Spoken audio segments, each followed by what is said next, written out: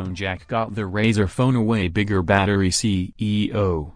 Ever since Apple did away with the iPhone's headphone jack, the issue's been one of consternation every time another brand debuts a jackless phone.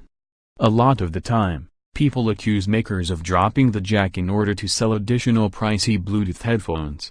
That was the same for Razer, which recently released its first ever smartphone. People said it was so they could sell its $79.99 USB-C headphones, or $99.99 Bluetooth ones.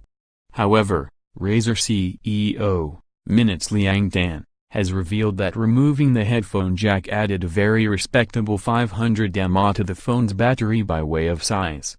See also, the Razer phone might have the loudest sound on any smartphone. The large phone has a huge 4,00 mAh battery, which is no doubt necessary to support its souped-up performance and 120Hz screen refresh rate.